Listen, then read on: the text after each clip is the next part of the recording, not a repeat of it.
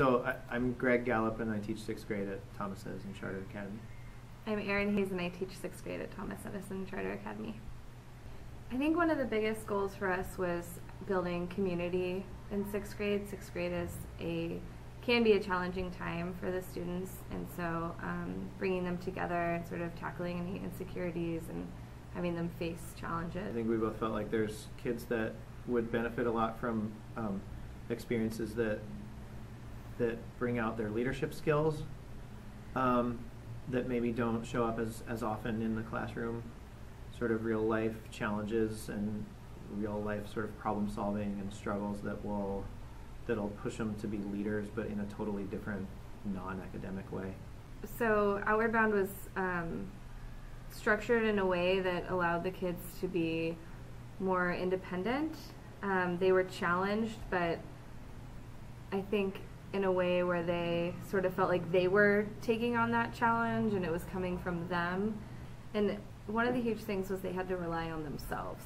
So I saw students sort of struggle the first day, like, I can't zip up my sleeping bag, I can't, walk up that hill, and then the next day they try it again, they ask for help, and we say, you did this yesterday, try it again, and they try it again, and then they have this sense of accomplishment, and they continue the next day, and then by the end of the trip they come back to school and they're like, I can't believe that I walked 8 miles uphill, and I planned it, and I navigated it, and slept under the stars. And they were in like a smaller group, so it was kind of like, in some ways it was a lot easier for them to support each other, but they were thrown together with people from a different class, and we didn't necessarily put them with their friends, so they kind of had to form new relationships, and they had to form new relationships at the same time that they were being challenged to do something that they might not have done.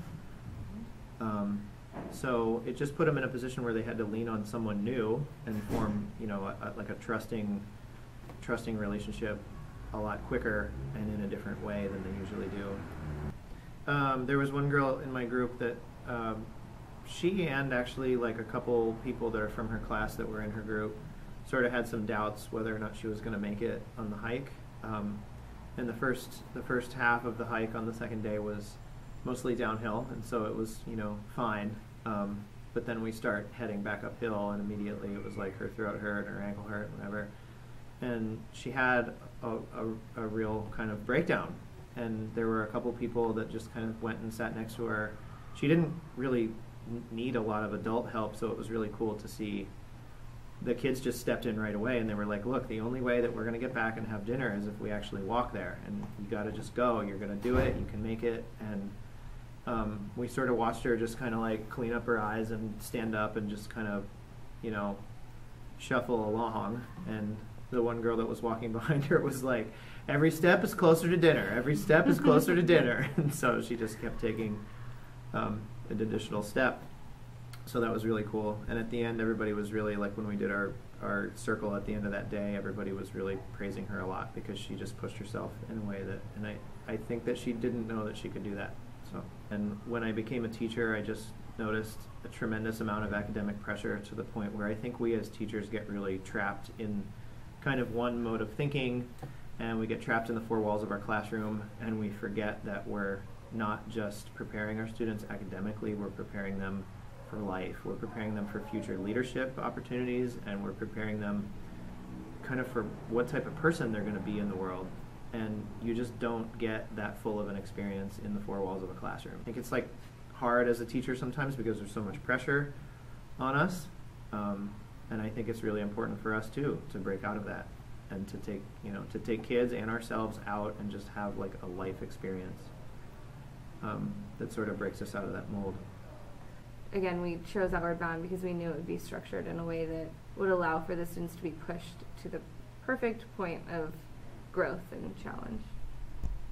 I mean, I also think, like, if somebody asked me, if they were thinking about doing an Outward Bound trip and asked me about it, I feel like it's not like you only see the benefits when you're out on the course. When we get back to school, you see that kids have new relationships with each other.